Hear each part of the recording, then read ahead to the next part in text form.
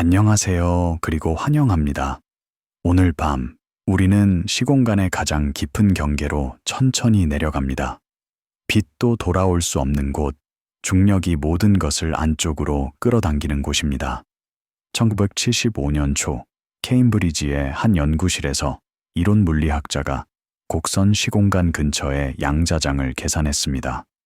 그 결과는 작고 꾸준한 방출을 예측했습니다. 사진으로 찍을 수 없는 효과였지만 종이 위에서 파생된 것이었습니다. 그것은 지평선을 온도와 연결했고 시간이 지나면서 천천히 질량을 잃는 과정을 수학으로 기록했습니다. 천체 물리학적 블랙홀에게는 방출이 너무 희미해서 직접 측정할 수 없었지만 그 계산은 여전히 유효했습니다. 같은 수십 년 동안 천문대는 블랙홀을 그 주변 환경으로 기록했습니다. X선 원반이 궤도 주기로 측정되었고 별들이 어두운 중심 질량, 주위를 느린 호로 추적되었으며 중력파 신호가 깊은 우주를 가로지르는 합병에서 확인되었습니다. 이 이야기는 그 기록들 안에 있는 하나의 조용한 질문을 따라갑니다. 만약 지평선이 에너지를 추출할 수 있고 시간이 충분히 길다면 경계가 사라진 후 무엇이 남을까요? 그것은 물리학에서 가장 차분한 회계 문제 중 하나로 남아 있습니다. 서두르지 않는 빛으로 쓰여진 문제입니다. 그리고 그렇게 우주의 가장 조용한 계산 속에서 관찰이 시작됩니다. 넓은 밤, 풍경이 산 위에 천문대를 담습니다. 도미 낮은 기계음과 함께 열립니다. 별들이 회전하는 하늘 아래 망원경이 특정 좌표를 향합니다. 천문학자들은 어둠 속에서 일합니다. 그들의 화면은 부드러운 빛으로 빛나며 데이터 스트림을 표시합니다. 블랙홀은 여기서 이미지가 아니라 데이터, 제품으로 나타납니다. 광도 곡선, 스펙트럼, 궤도 적합입니다. 반복 측정으로 구축되었으며 직접 이미지가 아닙니다. 관찰은 시간이 걸립니다. 몇 달, 때로는 몇 년이 걸립니다.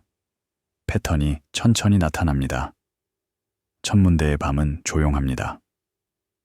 바람이 돔을 가로질러 부드럽게 휘파람을 불면서 지나갑니다. 내부에서는 모터가 윙윙거리며 망원경을 미세하게 조정합니다. 컴퓨터는 대기 조건을 모니터링합니다.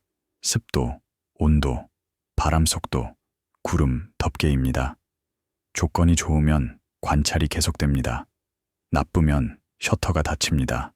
천문학은 인내의 과학입니다. 날씨를 기다리고, 궤도를 기다리고, 데이터를 기다립니다. X선 쌍성계에서, 검출기는 가열된 가스에서 빠른 깜박임을 기록합니다. 빛은 몇 초 동안 밝기로 상승하고 하락합니다.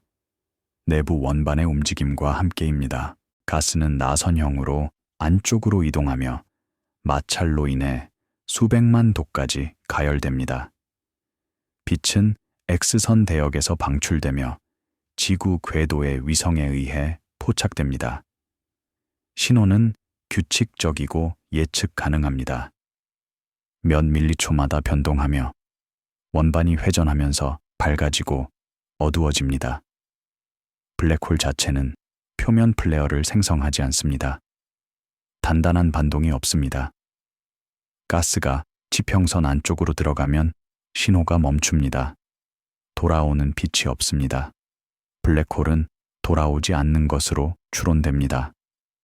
이 시스템들은 1960년대와 1970년대에 처음 발견되었습니다. X선 천문학의 초기 시절입니다. 로켓에 실린 검출기가 하늘을 스캔했습니다. 그들은 밝은 X선 원천을 발견했습니다. 일부는 이미 알려진 별과 일치했습니다. 다른 일부는 새로운 것이었습니다. 가장 밝은 원천 중 하나는 100조짜리 X1로 명명되었습니다. 그것은 100조짜리 방향에서 발견된 첫 번째 X선 원천이었습니다. 추적 관찰은 그것이 쌍성계임을 보여주었습니다. 밝은 청색 초거성이 보이지 않는 동반성 주위를 궤도합니다. 동반성은 무거웠습니다. 태양 질량의 약 15배입니다. 그러나 그것은 빛나지 않았습니다. 그것의 존재는 초거성의 궤도 움직임에서 추론되었습니다. 동반성이 블랙홀이라는 결론은 천천히 왔습니다. 다른 가능성들이 제외되었습니다. 그것은 일반 별이 될 수 없었습니다. 너무 희미했습니다. 그것은 백색 와해성이 될 수 없었습니다. 너무 무거웠습니다. 백색 와해성은 태양 질량의 약 1.4배를 초과할 수 없습니다.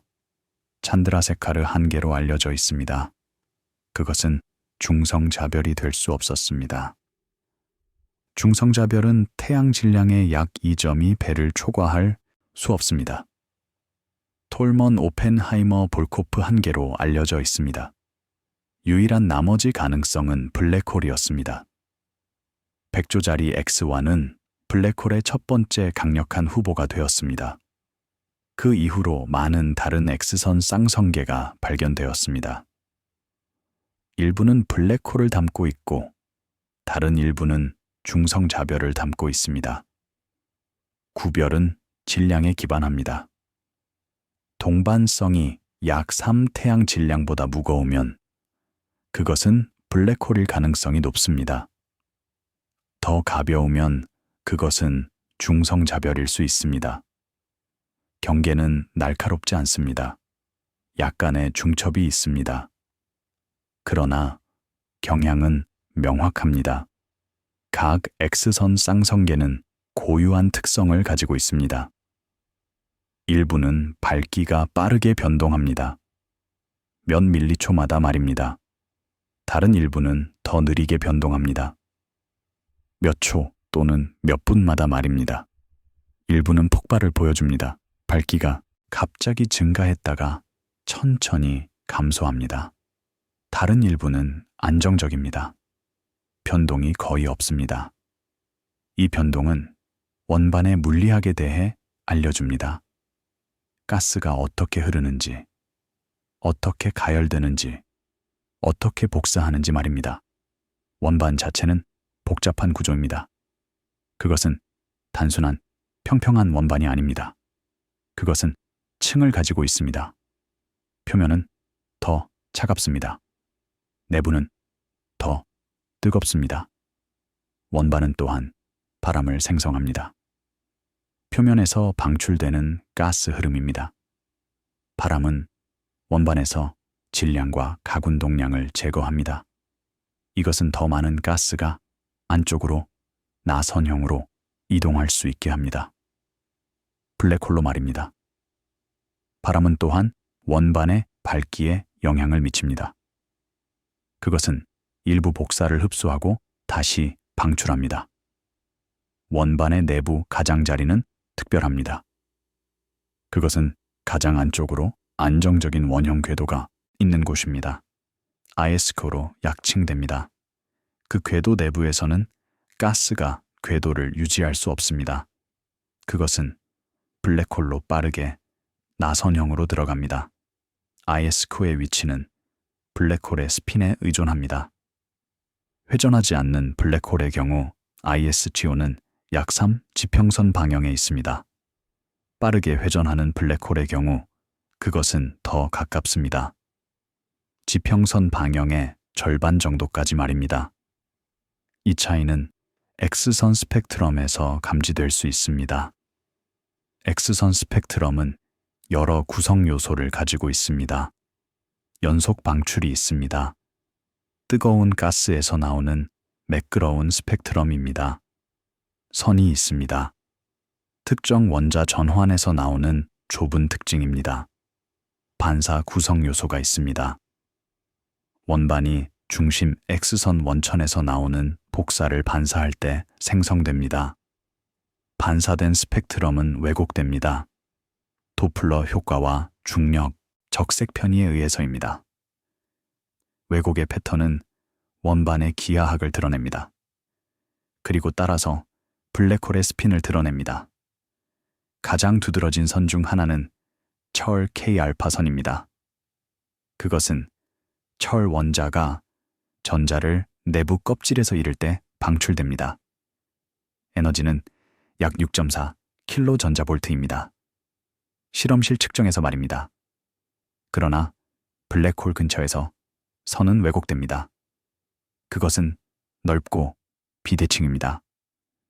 청색 날개는 적색 날개보다 더 확장됩니다.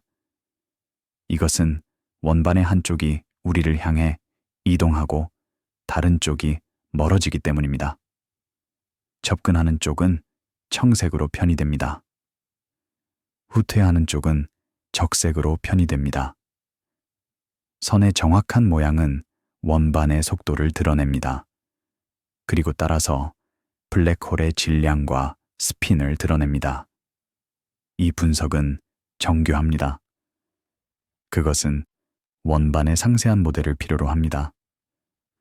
모델은 가스의 밀도, 온도, 속도를 지정합니다. 그들은 복사가 어떻게 방출되고 흡수되는지 계산합니다.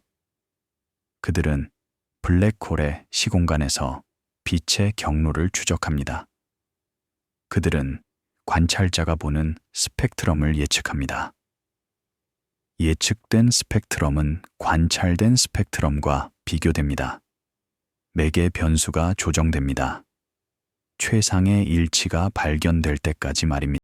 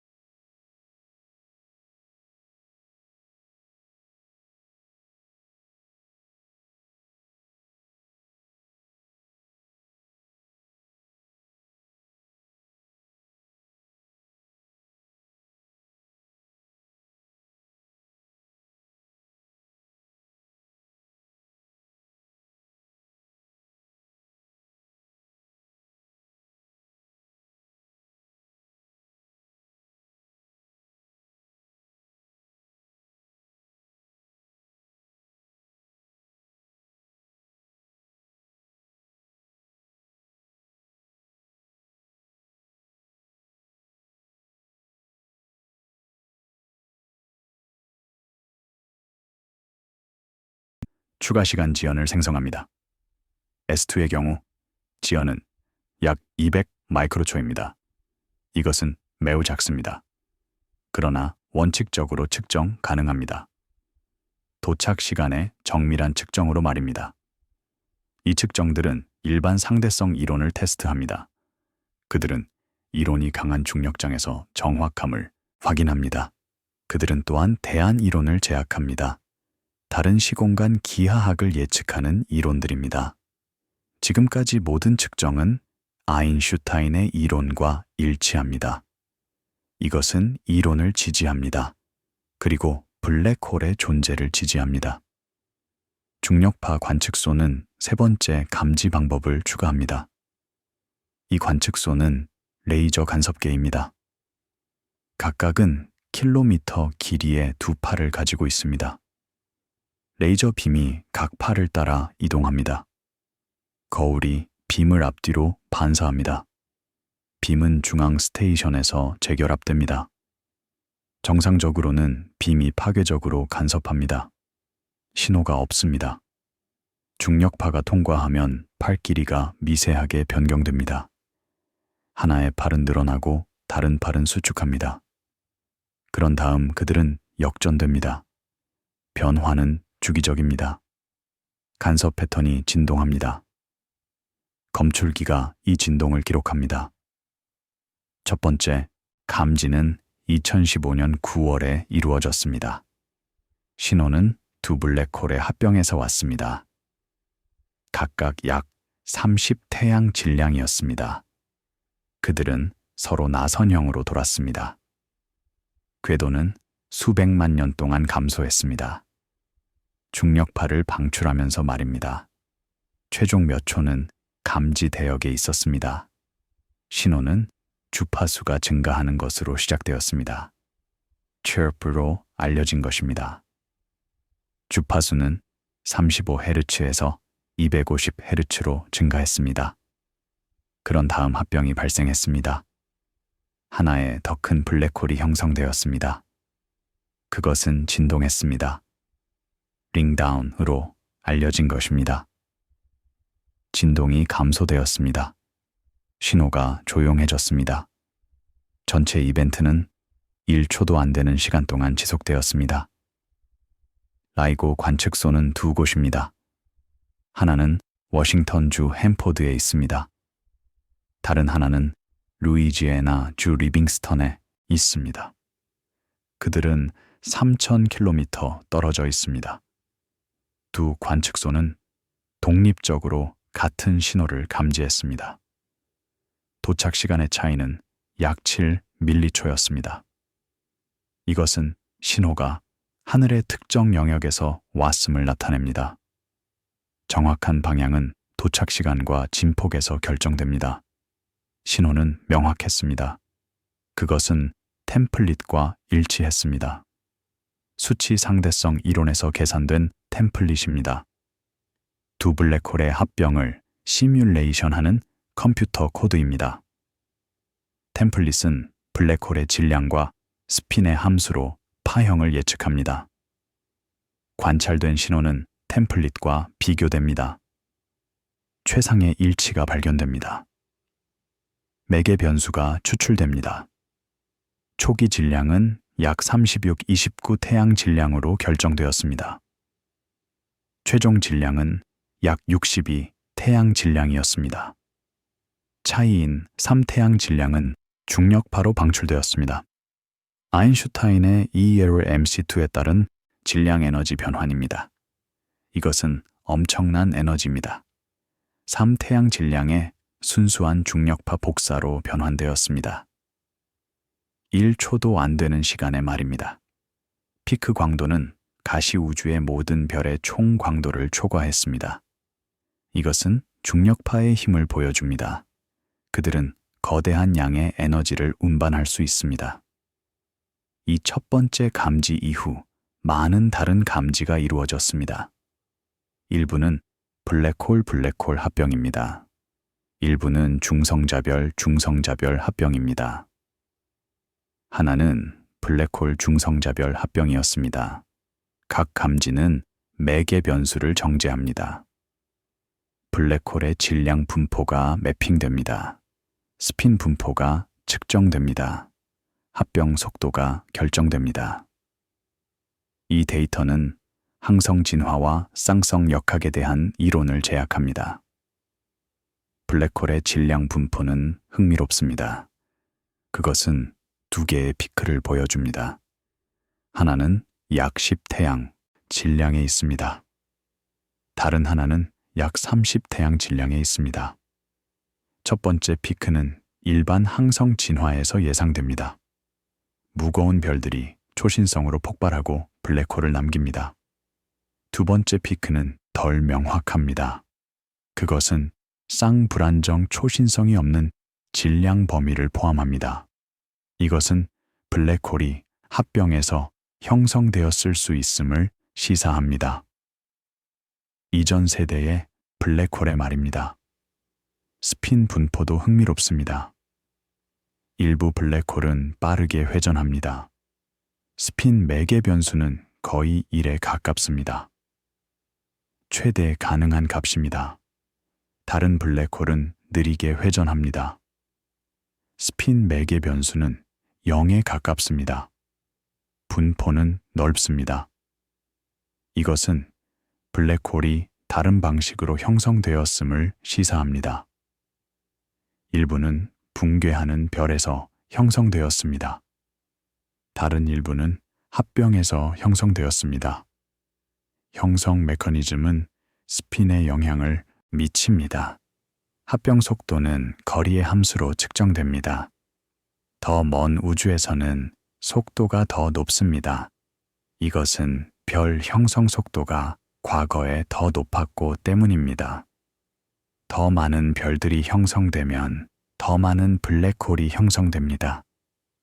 더 많은 블랙홀은 더 많은 합병을 의미합니다. 속도는 우주 역사를 통한 블랙홀 개체군을 추적합니다. 중력파 신호는 또한 블랙홀의 특성을 직접 테스트합니다. 링다운 단계는 최종 블랙홀의 진동에서 나옵니다. 이 진동은 준정규 모드로 알려져 있습니다. 각 모드는 블랙홀의 질량과 스핀에 의해 결정되는 특징적인 주파수와 감소의 시간을 가지고 있습니다. 관찰된 링다운은 일반 상대성 이론의 예측과 일치합니다. 이것은 사건의 지평선의 존재를 지원합니다. 단단한 표면을 가진 물체는 다른 링다운을 생성할 것입니다. 링다운은 또한 노헤어 정리를 테스트합니다. 이 정리는 블랙홀이 세 가지 매개 변수로 완전히 설명된다고 말합니다. 질량, 스핀, 전하입니다. 다른 특성들은 머리카락입니다. 그들은 빠르게 복사됩니다. 블랙홀은 대머리가 됩니다. 그것은 이 세 가지 매개 변수만 유지합니다. 링다운의 주파수와 감소에 시간은 질량과 스핀에만 의존해야 합니다. 관찰은 이것을 확인합니다. 블랙홀은 실제로 머리카락이 없습니다. 이 세 가지 방법, X선 쌍성계, 은하 중심 궤도, 중력파는 블랙홀이 실제임을 확립합니다. 그들은 이론적 추측이 아닙니다. 그들은 여러 독립적인 기술로 감지된 천체 물리학적 물체입니다. 사건의 지평선은 직접 관찰되지 않습니다. 그러나 그것의 존재는 데이터에 의해 강력하게 암시됩니다. 지평선을 넘어서는 빛이나 물질이 돌아오지 않습니다. 이것은 관찰적 진술입니다. 추상적 원리가 아닙니다. 영화는 다시 느려집니다. 별과 원반에서 더 근본적인 것으로 이동합니다. 장과 양자역학으로 이동합니다. 블랙홀 주변의 공간은 비어 있지 않습니다. 양자 이론에서는 말입니다. 진공은 활동으로 가득 차 있습니다. 통제된 수학적 의미에서입니다. 장은 변동합니다. 입자와 반입자 쌍이 짧은 시간 동안 나타났다가 사라집니다. 이 변동은 실제입니다. 그들은 측정 가능한 효과를 가지고 있습니다. 양자장 이론에서 진공은 단순한 빈 공간이 아닙니다. 그것은 모든 가능한 장 모드의 양자 중첩입니다. 각 모드는 고유한 주파수와 에너지를 가지고 있습니다. 진공 상태는 모든 모드가 가장 낮은 에너지 상태에 있는 상태입니다. 바닥 상태로 알려져 있습니다. 그러나 양자역학에서 바닥 상태조차도 0 에너지를 가지고 있지 않습니다. 그것은 0점 에너지로 알려진 최소 에너지를 가지고 있습니다. 0점 에너지는 하이젠베르크 불확실성 원리의 결과입니다. 이 원리는 위치와 운동량을 동시에 정확하게 알 수 없다고 말합니다. 장의 경우 이것은 장갑과 그것의 변화 속도를 동시에 0으로 할 수 없다는 것을 의미합니다. 장은 항상 변동합니다. 바닥 상태에서도 말입니다. 이 변동은 진공 변동으로 알려져 있습니다. 진공 변동은 여러 가지 측정 가능한 효과를 가지고 있습니다. 한 예는 카시미르 효과입니다. 두 금속판이 서로 매우 가까이 배치될 때 그들 사이의 진공 변동이 변경됩니다. 일부 파장이 억제됩니다. 판 사이에 맞을 수 없는 파장입니다. 이것은 판 사이의 진공 에너지를 감소시킵니다. 판 밖의 진공 에너지와 비교하여 말입니다. 에너지 차이는 순 힘을 생성합니다. 판들은 함께 끌립니다. 힘은 판 분리의 4제곱에 반비례합니다. 그것은 실험실에서 측정되었습니다. 진공 변동이 실제임을 확인합니다. 또 다른 예는 람 이동입니다. 수소 원자에서 일부 에너지 준위는 디렉 방정식에 따르면 동일해야 합니다. 그러나 그들은 약간 다릅니다. 차이는 약 1000MHz입니다. 이것은 전자와 진공 전자기장 사이의 상호작용 때문입니다. 변동하는 장은 전자를 약간 다른 위치로 흔듭니다. 이것은 전자가 경험하는 평균 전기장을 변경합니다. 그것은 에너지 준위를 이동시킵니다. 효과는 측정되었습니다. 양자정의역학의 예측과 일치합니다. 세 번째 예는 자발적 방출입니다. 들뜬 원자는 광자를 방출하고 더 낮은 에너지 상태로 붕괴합니다. 이것은 자발적으로 발생합니다. 외부장이 없어도 말입니다. 이것은 놀랍습니다. 무엇이 원자가 붕괴하도록 합니까? 답은 진공 변동입니다. 진공 전자기장은 변동합니다. 이 변동은 원자를 자극합니다. 그들은 방출을 유발합니다. 진공이 정말 비어 있었다면 자발적 방출이 없을 것입니다. 원자는 영원히 들뜬 상태에 머물 것입니다. 이 효과들은 진공 변동이 실제이고 측정 가능함을 보여줍니다. 그들은 평평한 민코프스키 시공간에서 발생합니다. 그러나 시공간이 곡선일 때 어떻게 됩니까? 블랙홀 근처에서처럼 말입니다. 답은 진공 개념이 관찰자에게 의존한다는 것입니다. 평평한 시공간에서 진공은 잘 정의됩니다. 그것은 모든 관찰자에게 동일합니다. 그들이 가속하지 않는 한 말입니다. 그러나 곡선 시공간에서는 다릅니다. 한 관찰자에게 진공처럼 보이는 것이 다른 관찰자에게는 입자로 가득 차 있을 수 있습니다. 이것은 언루 효과로 알려져 있습니다. 가속하는 관찰자는 그들 주위의 열 복사 목욕을 봅니다. 평평한 시공간에서도 말입니다. 복사의 온도는 가속도에 비례합니다. 블랙홀 지평선은 가속과 유사한 효과를 생성합니다. 지평선 근처의 관찰자는 매우 강한 중력장을 경험합니다. 이것은 가속과 동등합니다. 등가 원리에 의해서입니다. 따라서 그들은 열 복사를 보아야 합니다. 이것이 호킹 복사의 기본 아이디어입니다. 지평선 근처에서 이 변동은 다르게 작동합니다. 지평선은 경계입니다. 한쪽은 탈출이 가능한 영역입니다. 다른 쪽은 탈출이 불가능한 영역입니다. 장모드는 이 경계에 의해 영향을 받습니다. 멀리서 진공처럼 보이는 모드는 지평선 근처에서 입자처럼 보입니다. 이것은 모드 혼합으로 알려져 있습니다. 정확한 계산은 양자장 이론을 곡선, 시공간에서 사용합니다. 블랙홀의 배경, 기하학이 주어집니다.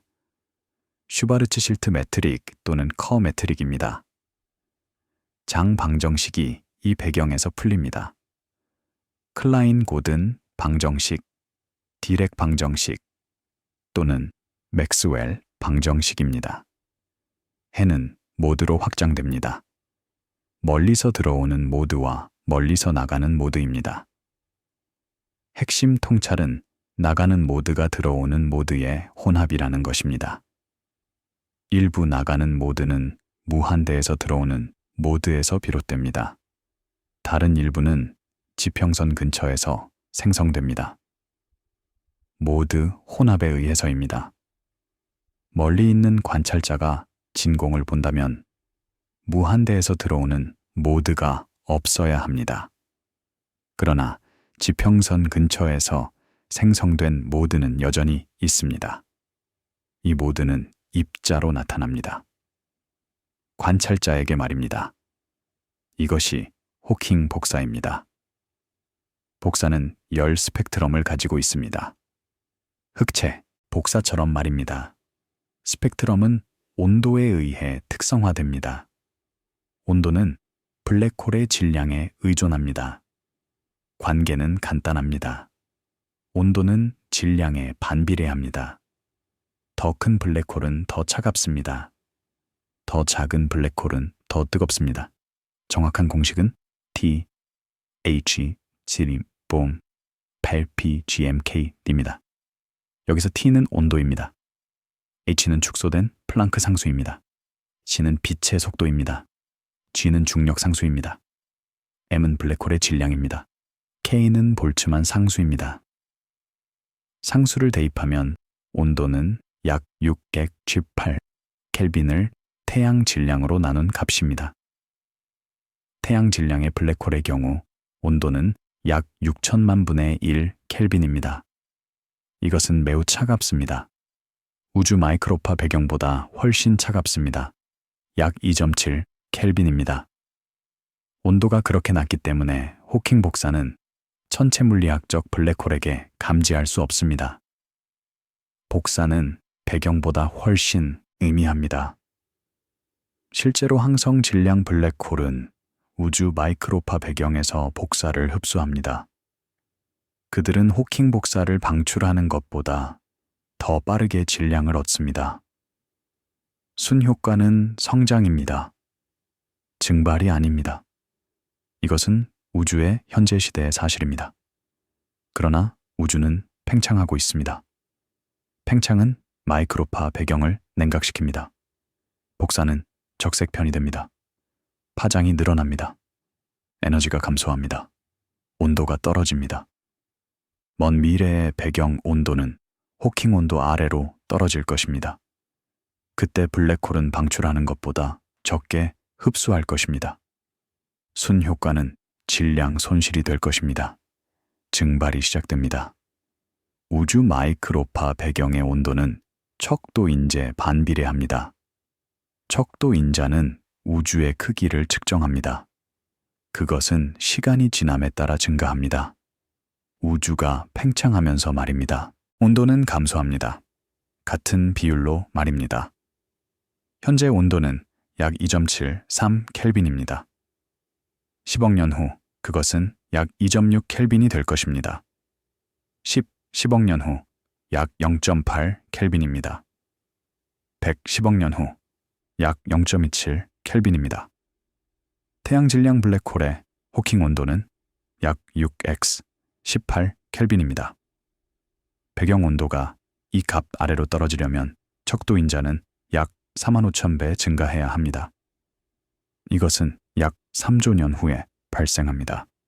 이것은 우주의 현재 나이보다 약 200배 더 깁니다. 그러나 우주 역사에서 여전히 초기입니다. 블랙홀 증발과 비교하여 말입니다.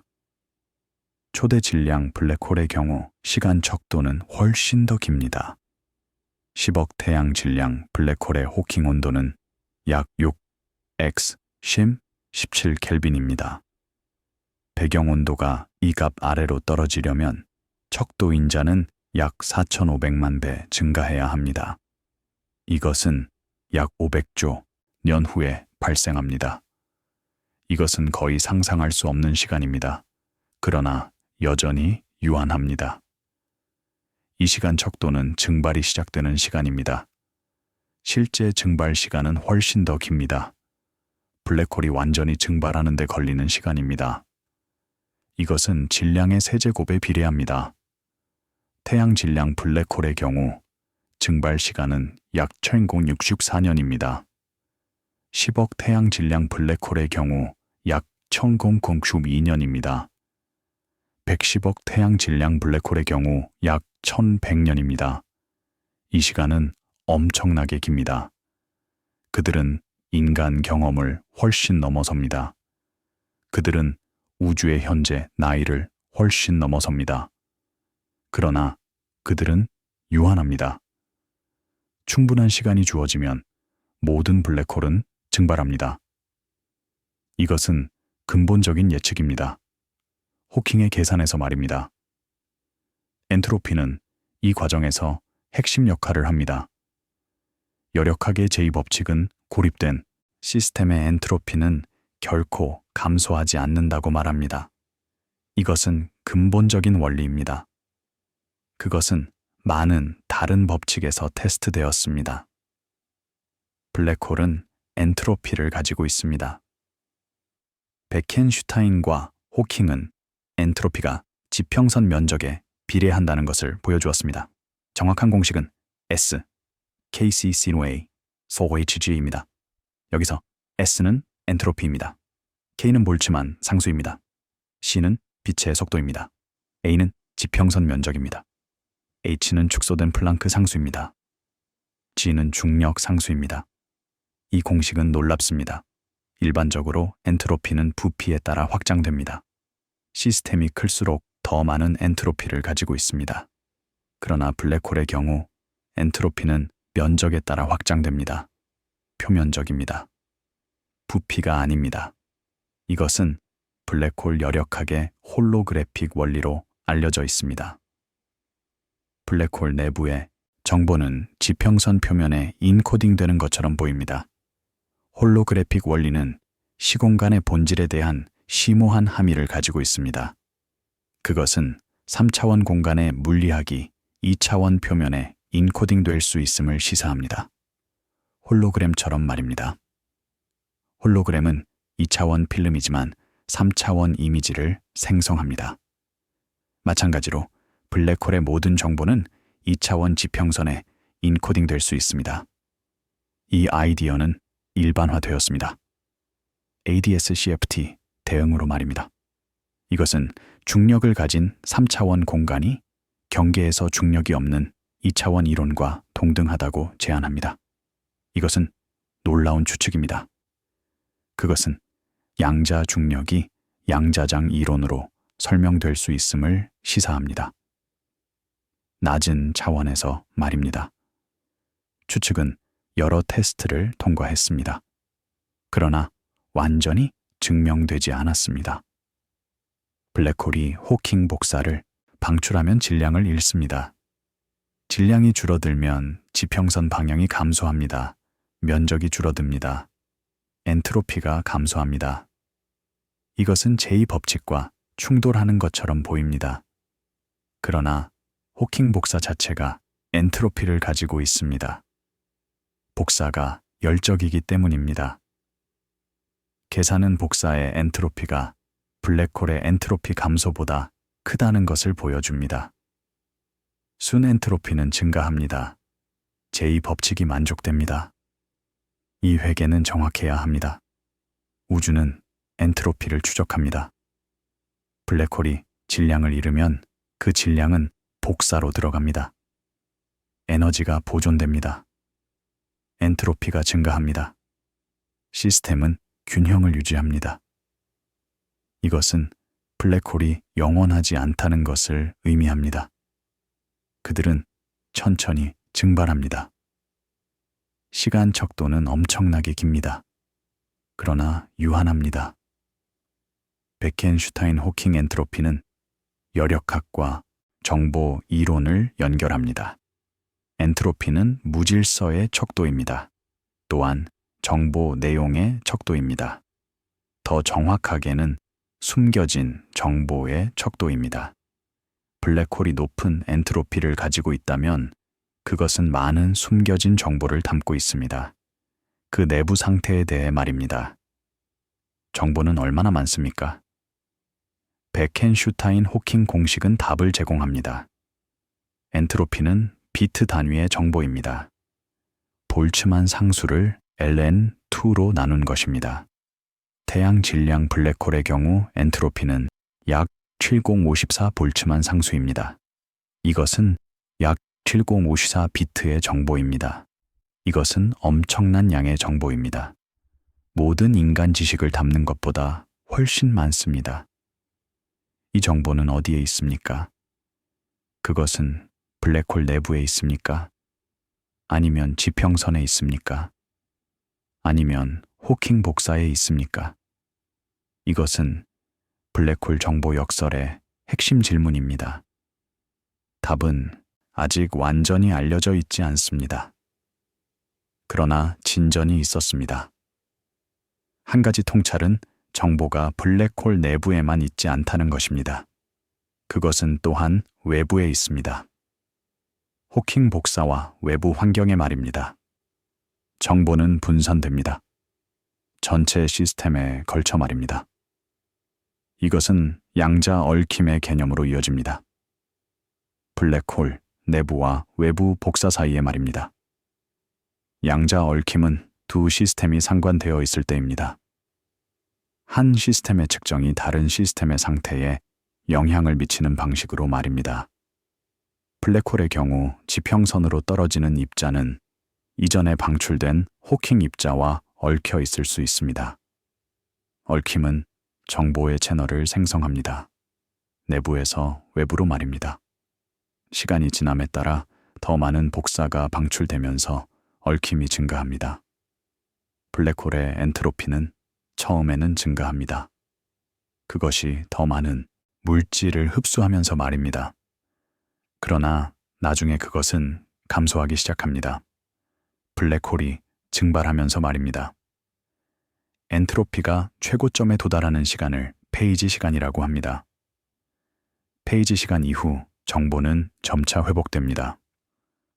호킹 복사로 말입니다.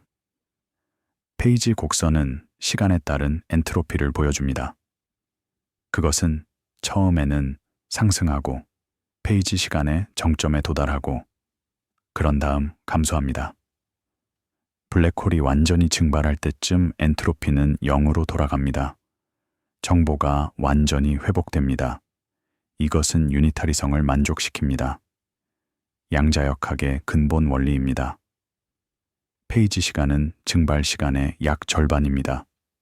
태양 질량 블랙홀의 경우 페이지 시간은 약 1063년입니다.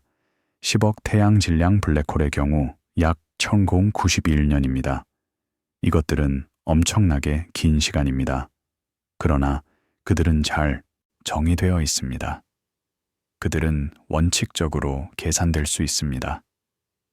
페이지 곡선은 정보가 보존되는 방법에 대한 정량적 설명입니다. 그러나 그것은 어떻게 작동하는지에 대한 상세한 메커니즘을 제공하지 않습니다. 이것은 활발한 연구 영역으로 남아 있습니다. 최근 몇 년 동안 진전이 있었습니다. 특히 홀로그래피와 IDS-CFT 대응에서 말입니다. 이 작업은 정보가 실제로 보존될 수 있음을 시사합니다.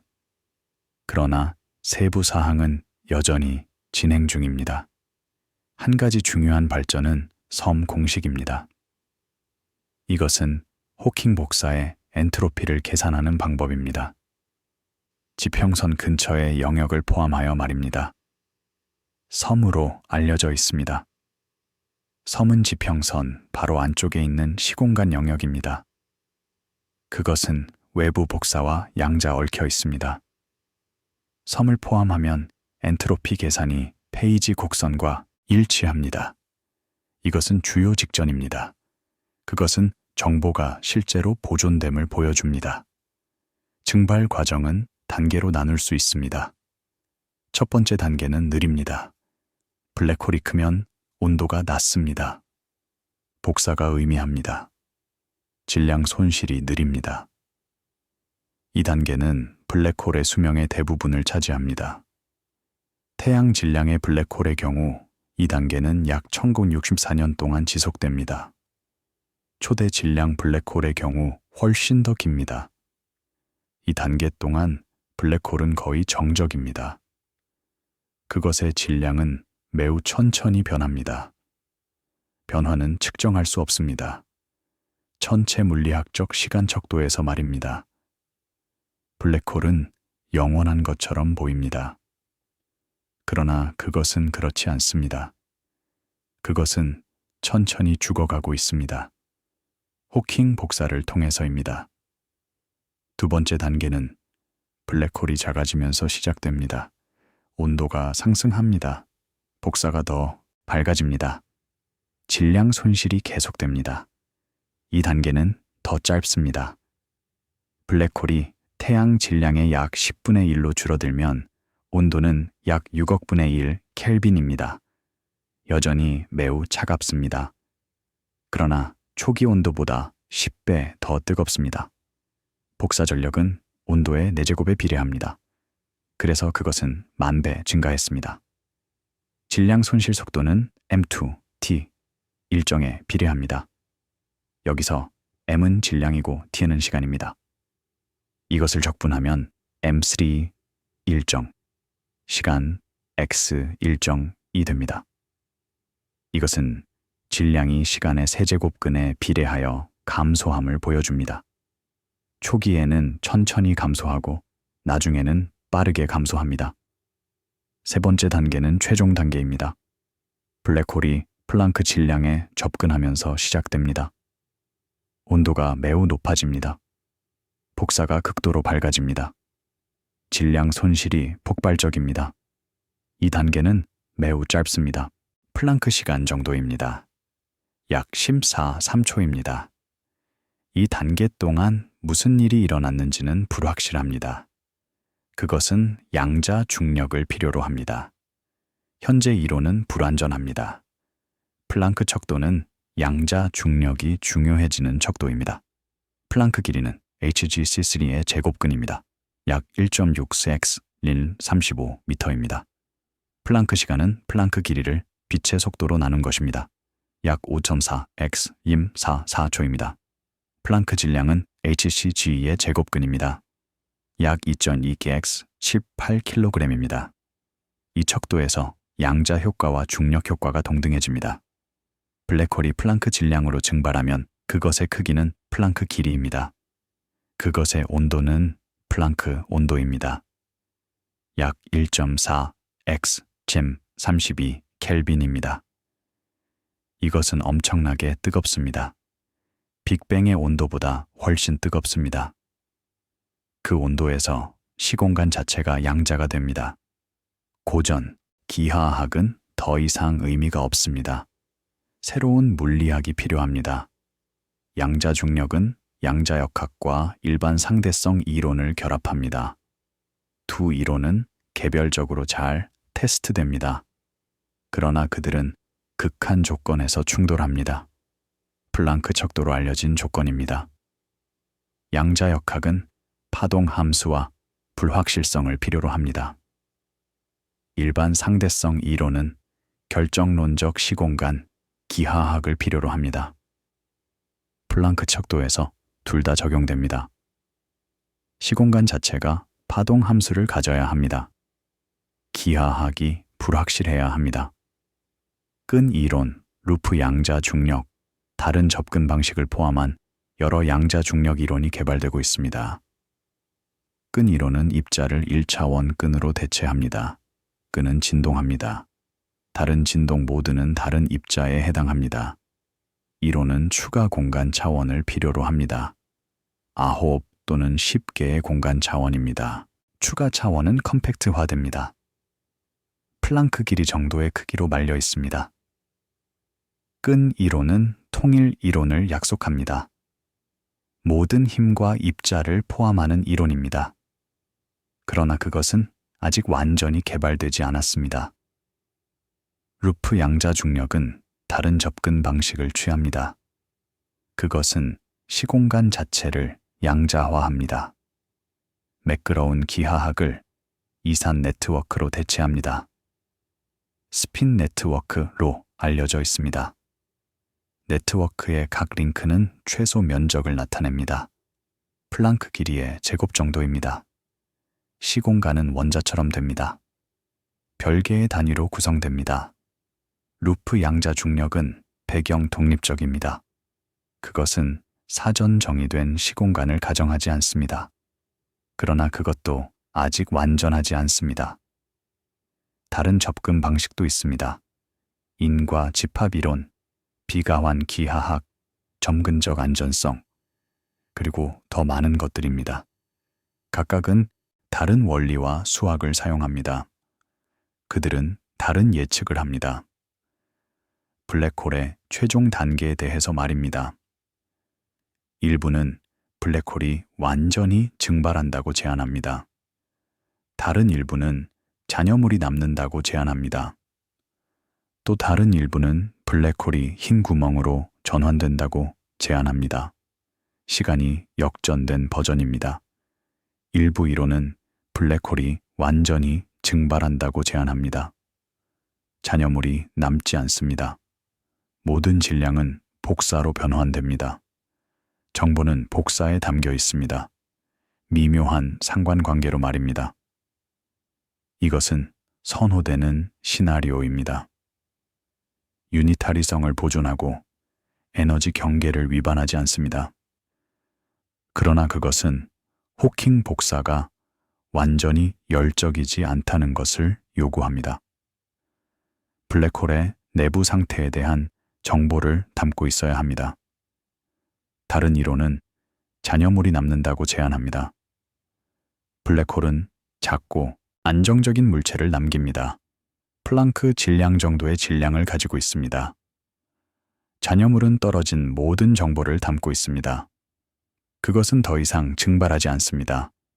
그것은 우주에서 영원히 지속됩니다. 이 시나리오는 문제가 있습니다. 잔여물은 막대한 엔트로피를 가져야 합니다. 이것은 에너지 경계를 위반하는 것처럼 보입니다. 베켄슈타인 경계로 알려져 있습니다. 베켄슈타인 경계는 주어진 에너지와 크기의 시스템이 가질 수 있는 최대 엔트로피를 제한합니다. 경계는 S, 2PRE, HC입니다. 여기서 S는 엔트로피입니다. R은 시스템의 반경입니다. E는 에너지입니다. 플랑크 질량 잔여물의 경우 방형은 약 플랑크 길이입니다. 에너지는 플랑크 에너지입니다. 최대 엔트로피는 약 1비트입니다. 그러나 잔여물은 원래 블랙홀의 모든 정보를 담아야 합니다. 이것은 훨씬 더 많은 비트입니다. 모순이 있습니다. 또 다른 제안은 블랙홀이 흰 구멍으로 전환된다는 것입니다. 흰 구멍은 블랙홀의 시간 역전입니다. 블랙홀은 모든 것을 흡수합니다. 흰 구멍은 모든 것을 방출합니다. 아무것도 들어갈 수 없습니다. 모든 것이 나올 수 있습니다. 일부 이론은 블랙홀이 증발 끝에 흰 구멍으로 반등할 수 있다고 제안합니다. 떨어진 물질은 나옵니다. 변형되었지만 정보를 운반합니다. 이것은 추측적입니다. 그것은 시공간 구조의 근본적인 변화를 필요로 합니다. 정보 문제는 블랙홀 물리학의 핵심 퍼즐입니다. 양자역학에서 정보는 보존됩니다. 시스템의 양자 상태는 시간이 지남에 따라 유니타리하게 진화합니다. 초기 상태는 최종 상태를 결정합니다. 원칙적으로 과정은 역전될 수 있습니다. 그러나 블랙홀이 열, 복사를 방출하면 정보가 손실되는 것처럼 보입니다. 열 복사는 무작위입니다. 블랙홀에 떨어진 것에 대한 기억이 없습니다. 이것은 유니타리성과 충돌합니다. 호킹은 처음에 정보가 손실된다고 주장했습니다. 블랙홀이 증발하면 안에 있던 정보는 사라집니다. 이것은 양자역학의 근본적인 법칙을 위반합니다. 많은 물리학자들이 이것을 받아들일 수 없다고 생각했습니다. 그들은 정보가 어떻게든 보존되어야 한다고 주장했습니다. 아마도 호킹 복사에 인코딩되어 있을 것입니다. 미묘한 방식으로 말입니다. 복사가 완전히 열적이지 않습니다. 블랙홀에 떨어진 것과 상관관계를 가지고 있습니다. 논쟁은 수십 년 동안 계속되었습니다. 2004년에 호킹은 그의 입장을 바꿨습니다. 그는 정보가 실제로 보존된다는 것을 인정했습니다. 그는 호킹 복사가 미묘한 상관관계를 담고 있다고 제안했습니다. 블랙홀에 떨어진 것과 말입니다. 정확한 메커니즘은 여전히 불분명했습니다. 그러나 원리는 확립되었습니다. 정보는 보존되어야 합니다. 최근 작업은 이 아이디어를 정밀하게 했습니다. 섬 공식, 양자 극값 표면, 엔트로피 제로의 법칙입니다. 이것들은 정보가 실제로 보존되는 방법을 보여줍니다. 호킹 복사에서 말입니다. 세부 사항은 복잡합니다. 그들은 고급 양자 정보 이론을 포함합니다. 그러나 핵심 아이디어는 명확합니다. 정보는 손실되지 않습니다. 그것은 재분배됩니다. 긴 샷이 은하간 공간을 통과합니다. 배경은 희미하지만 연기 아닙니다. 우주는 측정 가능한 온도 바닥을 가지고 있습니다. 하늘 전체의 마이크로파 복사로 기록됩니다. 그러한 욕조에서 충분히 큰 블랙홀은 환경보다 차갑습니다. 교환은 맥락에 따라 달라집니다. 흡수와 방출이 경쟁합니다. 사라짐은 단일 움직임이 아닙니다. 우주 시간이 지남에 따라 배경이 냉각되면서 더 명확해지는 느린 방향입니다. 우주 마이크로파 배경은 빅뱅의 존재입니다. 그것은 우주가 약 38만 년이 되었을 때 방출되었습니다. 그 전에 우주는 불투명했습니다. 뜨거운 플라즈마로 가득 차 있었습니다. 광자는 자유롭게 이동할 수 없었습니다. 그들은 전자에 의해 계속 산란되었습니다. 그러나 우주가 식으면서 전자와 양성자가 결합했습니다. 수소 원자를 형성하면서 말입니다. 광자는 자유롭게 이동할 수 있게 되었습니다. 이것은 재결합으로 알려져 있습니다. 재결합 이후 광자들은 우주 전역으로 퍼졌습니다. 그들은 팽창에 의해 적색 편이 되었습니다. 처음에 그들의 온도는 약 3000켈빈, 약이었습니다. 지금은 약 2.73 켈빈입니다. 1100배 감소했습니다. 척도 인자가 1100배 증가했기 때문입니다. 팽창은 계속됩니다. 온도는 계속 감소합니다. 먼 미래에 온도는 더 낮아질 것입니다. 10억 년 후 약 2.6 켈빈입니다. 110억 년 후 약 0.27 켈빈입니다. 조년 후 약 0.003 켈빈입니다. 시간이 지남에 따라 온도는 0에 접근합니다. 그러나 그것은 결코 0에 도달하지 않습니다. 우주상수가 양수라면 말입니다. 우주상수는 진공 에너지 밀도를 나타냅니다. 그것은 우주의 팽창을 가속화합니다. 관찰은 우주 상수가 실제로 양수임을 나타냅니다. 약 19조울 매 입방미터입니다. 이것은 매우 작은 에너지 밀도입니다. 그러나 그것은 연기 아닙니다. 그리고 그것은 우주론적 의미를 가지고 있습니다. 우주 상수와 함께 우주는 영원히 팽창합니다. 팽창은 결코 멈추지 않습니다. 그것은 결코 역전되지 않습니다. 은하들은 계속 멀어집니다. 결국 그들은 서로의 우주론적 지평선을 넘어갑니다. 그들은 서로 볼 수 없게 됩니다. 각 은하는 자체 우주섬이 됩니다. 다른 은하에서 고립됩니다. 시대를 걸쳐 팽창은 배경장의 에너지 밀도를 감소시킵니다. 하늘은 모델링할 수 있는 방식으로 더 어둡고 조용해집니다. 그 희박한 환경에서만 증발이 대부분의 블랙홀에게 지배적이 됩니다. 애니메이션의 지평선은 뒤로 추적된 해안선처럼 후퇴합니다. 폭발은 표시되지 않습니다. 꾸준한 규칙에 따라 축소되는 경계만 있습니다. 블랙홀이 작아지면 예측된 온도가 상승합니다.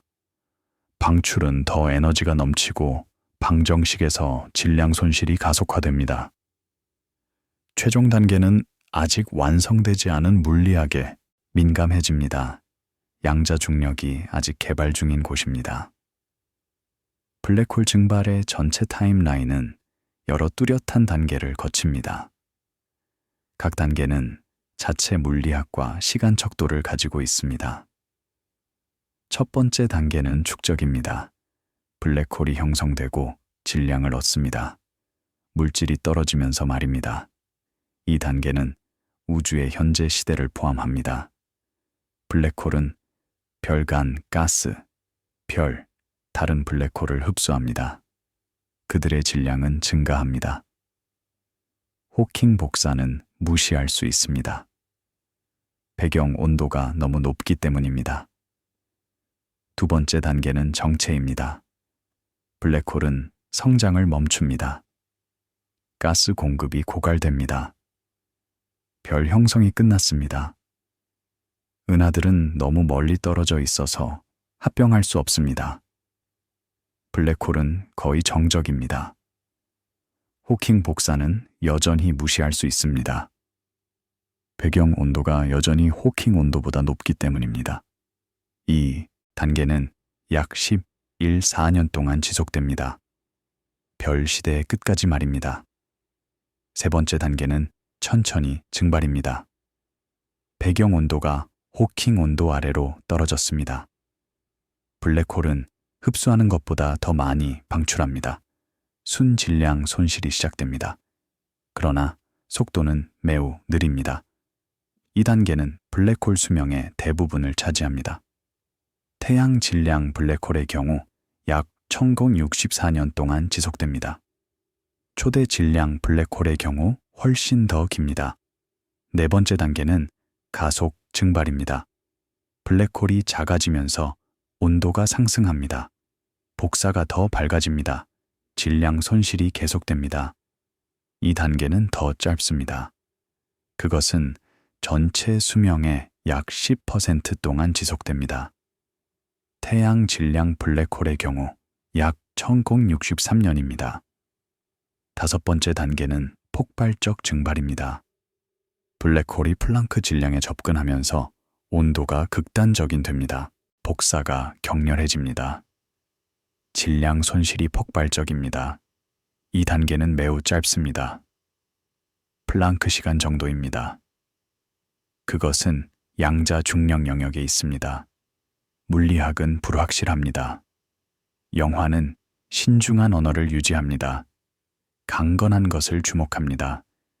지평선, 온도, 여력학적 일관성 사이의 연결입니다. 완전히 해결되지 않은 것을 주목합니다. 마지막 순간의 세부적인 동작과 정보의 정확한 후기입니다.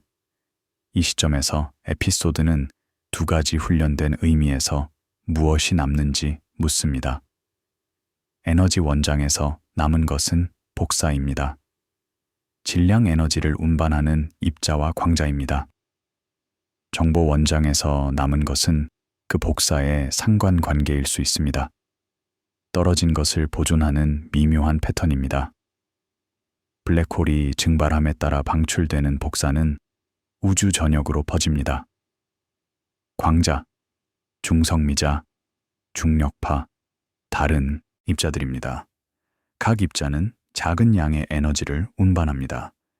시간이 지남에 따라 에너지가 축적됩니다. 블랙홀이 완전히 증발할 때쯤 그것의 모든 질량은 복사로 변환되었습니다. ERMC2에 따라 말입니다. 복사는 은하간 공간을 채웁니다. 배경에 추가합니다. 복사 자체는 팽창에 의해 적색 편이 됩니다. 파장이 늘어납니다. 에너지가 감소합니다. 시간이 지남에 따라 복사는 더 희미해집니다. 그것은 배경과 구별할 수 없게 됩니다. 블랙홀의 기억은 흐려집니다. 그러나 완전히 지워지지 않습니다. 정보는 여전히 거기에 있습니다. 상관관계로 인코딩되어 있습니다. 복사 입자 사이의 말입니다. 도서관 장면이 돌아옵니다. 조용한 선반과 라벨이 붙은 상자입니다. 주장이 아니라 문제에 맞는 이미지입니다. 우주가 전체 기록을 보관한다면 기록은 사라진 경계 뒤에 저장되는 것이 아니라 나가는 필드에 분산되어야 합니다. 이것은 단순한 은유가 아닙니다. 그것은 양자정보 이론의 원리입니다. 정보는 파괴될 수 없습니다. 그것은 변형되고 재분배될 뿐입니다. 우주의 총 정보 내용은 일정합니다. 그것은 시간이 지나도 변하지 않습니다. 그것은 재배열됩니다. 블랙홀 내부의 정보는 숨겨져 있습니다. 그것은 외부 관찰자에게 접근할 수 없습니다. 그러나 블랙홀이 증발하면서 정보가 방출됩니다. 호킹 복사로 말입니다. 그것은 숨겨지지 않습니다. 그것은 원칙적으로 회복될 수 있습니다. 매우 정밀한 측정으로 말입니다. 실제로 측정은 불가능합니다. 복사는 너무 희미하고 상관관계는 너무 미묘합니다. 그러나 원칙적으로 가능합니다. 이것이 중요한 것입니다. 물리학 법칙은 정보를 허용합니다. 그것이 회복될 수 있도록 말입니다. 실용적인 어려움은 관련이 없습니다. 원리는 명확합니다. 정보는 보존됩니다. 엔딩은 강조 없이 촬영이 됩니다. 지평선은 도표에서 0 크기에 도달합니다. 시스템은 다시 일반 시공간이 됩니다. 에너지는 이제 복사로 퍼집니다. 중력은 우주에서 사라지지 않습니다. 그것은 다른 질량에 지속되며 그들의 움직임과 렌즈에 기록됩니다. 하나의 경계가 끝나고 더 넓은 시스템은 계속 진화합니다. 블랙홀의 증발은 에너지와 엔트로피의 재분배입니다. 질량 에너지는 블랙홀에 집중됩니다. 증발 후 그것은 복사로 확산됩니다. 엔트로피는 블랙홀의 지평선에 집중됩니다. 증발 후 그것은 복사로 확산됩니다. 총 에너지는 보존됩니다. 총 엔트로피는 증가합니다. 여력학의 법칙이 만족됩니다. 밤하늘로 돌아갑니다. 고요하고 차갑고 측정됩니다. 별들이 천천히 회전합니다. 천문대가 조용히 작동합니다. 데이터가 계속 축적됩니다. 각 관찰은 우리의 이해에 추가됩니다. 각 측정은 그림을 정제합니다. 우주는 천천히 드러납니다. 내레이션은 모델이 허용하는 가장 간단한 진술로 마무리됩니다. 가장 깊은 중력 경계조차도 시간의 지배를 받습니다. 멈추지 않는 회계의 지배를 받습니다. 그것은 자연의 기록에서 가장 조용한 장기 계산 중 하나로 남아 있습니다. 시간은 블랙홀 증발의 진정한 척도입니다. 인간 수명은 몇십 년입니다. 문명은 몇 천 년 동안 지속됩니다. 인류는 몇백만 년 동안 존재해왔습니다. 지구는 약 45억 년이 되었습니다. 우주는 약 14~10억 년이 되었습니다. 그러나 블랙홀 증발 시간은 1964년입니다. 이것은 우주의 나이보다 1954배 더 깁니다. 그것은 거의 상상할 수 없는 시간 정도입니다. 이 시간 척도를 이해하는 한 가지 방법은 비교를 통해서입니다. 1초를 가정합니다. 이것은 심장 박동의 시간입니다. 인간 수명은 약 20억 초입니다. 문명은 약 100조 초입니다. 인류는 약 30경 초입니다. 지구는 약 1.5x 1017초입니다. 우주는 약 4.3x 1017초입니다. 블랙홀 증발은 약 1074초입니다. 이것은 우주의 나이보다 1057배 더 깁니다. 또 다른 방법은 거듭제곱 척도를 사용하는 것입니다. 인간 수명을 1로 설정합니다. 그러면 문명은 약 1001입니다. 약 3년입니다. 인류는 약 100만 일입니다. 약 3000년입니다. 지구는 약 2500만 일입니다. 약 4만 년입니다. 우주는 약 4500만 일입니다. 약 12만 년입니다. 블랙홀 증발은 약 3x 1063 일입니다. 이것은 약 1061년입니다. 이 숫자들은 거의 의미가 없습니다.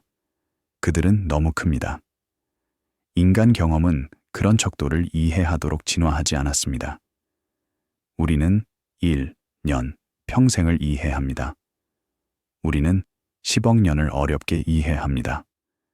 우리는 1964년을 전혀 이해하지 못합니다. 그것은 단순히 매우 긴 시간입니다. 추상적 숫자입니다. 그러나 숫자는 의미를 가지고 있습니다. 그것은 우주가 진화하는 시간 척도를 나타냅니다. 가장 긴 시간 정도입니다. 어떤 알려진 과정도 더 오래 걸리지 않습니다. 블랙홀 증발은 우주의 궁극적인 운명입니다. 모든 구조가 사라진 후입니다. 모든 별이 죽은 후입니다. 모든 은하가 분산된 후입니다. 블랙홀 증발의 시간 척도는 또한 물리학의 정밀도를 테스트합니다. 우리는 1964년 후 무슨 일이 일어날지 예측할 수 있습니까? 우리는 그렇게 먼 미래에 대한 법칙을 신뢰할 수 있습니까? 답은 신중하게 그렇습니다입니다. 법칙은 잘 테스트됩니다. 여력학, 양자역학, 일반 상대성 이론입니다. 그들은 많은 다른 상황에서 유지됩니다. 그들이 블랙홀 증발에서도 유지될 것이라고 믿을 이유가 있습니다. 그러나 주의 사항이 있습니다. 법칙은 알려진 물리학을 가정합니다. 새로운 물리학이 발견되면 예측이 변경될 수 있습니다. 예를 들어 양성자가 붕괴하면 타임라인이 변경됩니다. 우주 상수가 일정하지 않으면 팽창이 다르게 진행됩니다. 새로운 입자나 힘이 존재하면 블랙홀 증발이 영향을 받을 수 있습니다. 예측은 조건부입니다. 현재 지식에 기반합니다. 그러나 핵심 원리는 강건합니다. 블랙홀은 온도를 가지고 있습니다. 그들은 엔트로피를 가지고 있습니다. 그들은 복사를 방출합니다. 그들은 질량을 잃습니다. 그들은 유한한 수명을 가지고 있습니다. 이것들은 세부 사항에 민감하지 않습니다. 그들은 일반 원리에서 따릅니다. 양자역학과 여력학과 중력입니다. 이 원리들이 유지되는 한 예측도 유지됩니다. 블랙홀 증발은 또한 시간의 본질에 대한 질문을 제기합니다. 시간은 무엇입니까? 그것은 근본적입니까? 아니면 그것은 나타나는 것입니까? 물리학의 근본 법칙은 시간 대칭입니다. 그들은 미래와 과거를 구별하지 않습니다. 그러나 여력학은 시간 비대칭입니다. 엔트로피는 증가하고 감소하지 않습니다. 시간의 화살표는 엔트로피의 증가를 가리킵니다. 블랙홀 증발은 이 화살표를 따릅니다. 블랙홀은 증발하고 재형성되지 않습니다. 복사는 분산되고 재수집되지 않습니다. 엔트로피는 증가하고 감소하지 않습니다. 과정은 비가역적입니다. 시간의 화살표는 명확합니다. 그러나 미시적 수준에서 과정은 가역적입니다.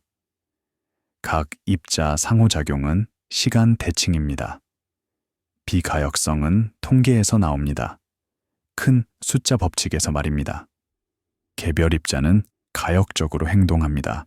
그러나 많은 입자의 집합은 비가역적으로 행동합니다. 이것은 여력학의 통계적 본질입니다.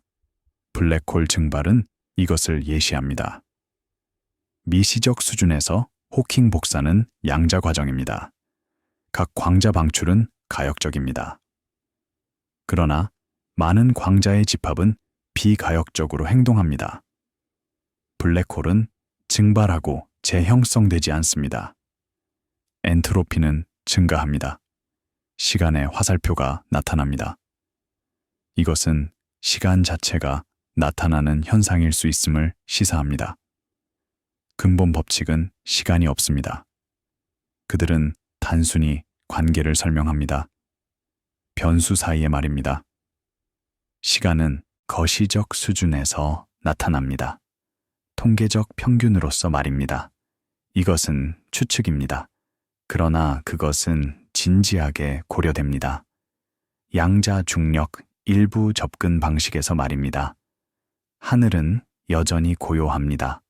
차갑고 측정됩니다. 별들은 천천히 그들의 수명 주기를 계속합니다. 은하는 천천히 진화합니다. 블랙홀은 조용히 그들의 질량을 축적합니다. 또는 먼 미래에 천천히 그것을 방출합니다. 과정은 서두르지 않습니다.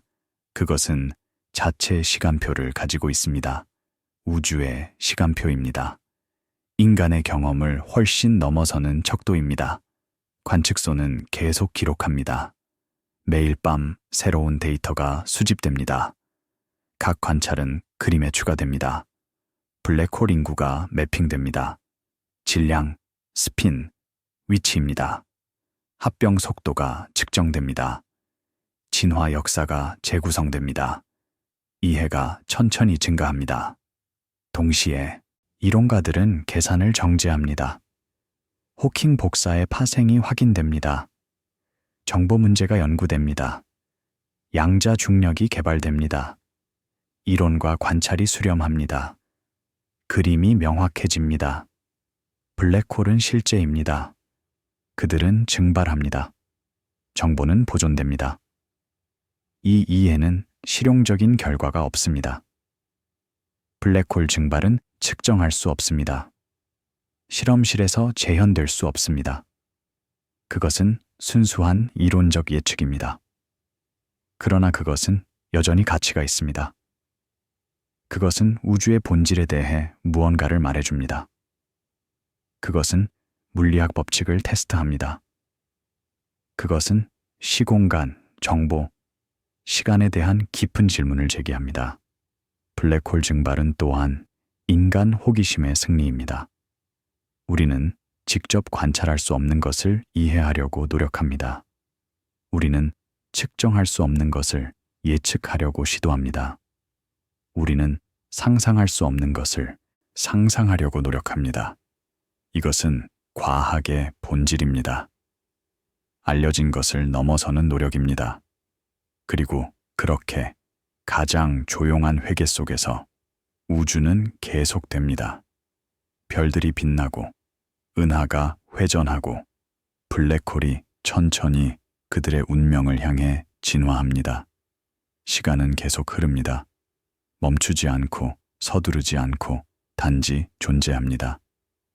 그리고 그 시간의 흐름 속에서 가장 영구적으로 보이는 구조조차도 결국 에너지와 복사의 바다로 돌아갑니다. 우주는 기억하고 있습니다. 모든 입자의, 모든 파동의, 모든 장의 말입니다. 기록은 계속됩니다. 조용히, 신중하게, 끝없이 말입니다. 영원한 것은 없습니다. 모든 별은 결국 죽습니다. 모든 은하는 결국 분산됩니다. 모든 블랙홀은 결국 증발합니다. 그러나 에너지는 사라지지 않습니다. 정보는 손실되지 않습니다.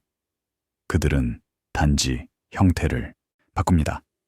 구조에서 복사로, 질서에서 무질서로, 집중에서 확산으로 말입니다. 이것은 우주의 예정입니다. 복잡성에서 단순성으로, 구조에서 균일성으로, 낮은 엔트로피에서 높은 엔트로피로의 여정입니다. 그러나 여정은 의미가 없지 않습니다. 그 과정에서 구조가 나타납니다. 별, 행성, 생명, 의식입니다. 우주는 스스로를 알게 됩니다. 우리를 통해서 말입니다. 우리는 우주의 일부입니다. 그것을 관찰하고, 측정하고, 이해하려고 노력하는 부분입니다. 이것은 특별합니다. 심지어 결국 구조가 사라진다 해도 말입니다. 블랙홀 증발은 이 특별함을 상기시킵니다.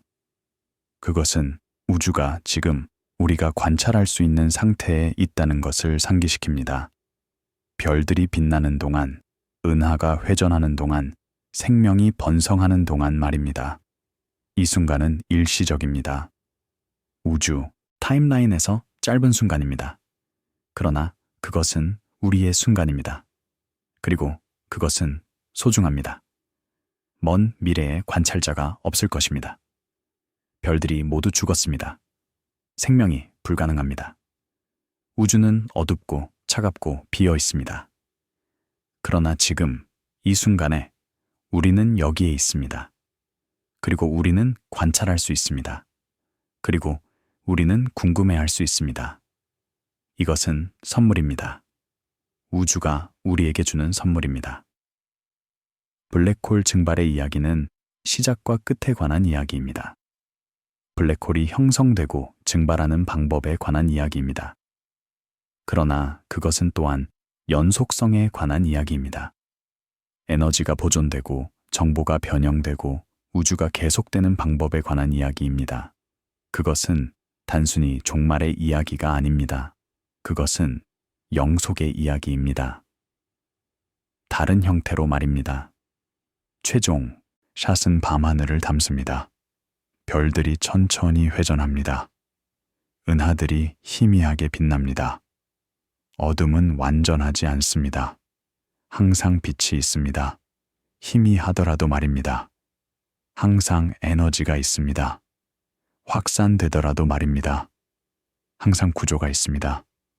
일시적이더라도 말입니다. 우주는 살아있습니다. 지금 이 순간의 말입니다. 그것은 변화하고 진화하고 있습니다. 먼 미래에 그것은 매우 다를 것입니다. 그러나 그것은 여전히 우주일 것입니다. 여전히 법칙에 의해 지배되고 여전히 에너지를 담고 있고 여전히 존재하는 우주입니다. 형태는 변합니다. 본질은 남습니다. 그리고 그 본질 속에서, 그 지속적인 존재 속에서 의미가 있습니다. 우리가 관찰할 수 있다는 의미, 이해할 수 있다는 의미, 경이로워할 수 있다는 의미입니다. 이것은 블랙홀 증발의 진정한 교훈입니다. 모든 것이 끝난다는 것이 아니라 모든 것이 계속된다는 것입니다. 다른 형태로, 다른 상태로, 그러나 항상 존재한다는 것입니다. 밤은 계속됩니다. 고요하고 차갑고 아름답습니다. 천문대는 관찰을 계속합니다. 데이터는 축적됩니다. 이해는 성장합니다. 그리고 어디선가 먼 미래에 마지막 블랙홀이 증발할 것입니다. 그것의 마지막 광자를 은하간 공간으로 방출하면서 말입니다. 그리고 우주는 계속될 것입니다. 더 어둡고 더 차갑고 더 비어있지만 여전히 존재하고 여전히 진화하고 여전히 영원합니다. 이것은 끝이 아닙니다. 그것은 단지 전환입니다. 한 장에서 다음 장으로의 전환입니다. 우주의 끝없는 이야기에서 말입니다. 그리고 그 이야기는 계속될 것입니다. 우리 없이 말입니다. 그러나 우리의 유산과 함께 말입니다. 우리가 배운 것, 이해한 것, 기록한 것과 함께 말입니다. 이것은 우리의 선물입니다. 우주에게 주는 선물입니다. 우리의 호기심, 우리의 이해, 우리의 경이로움입니다. 잘 자요. 부드럽게 꿈꾸세요. 안녕히 주무세요.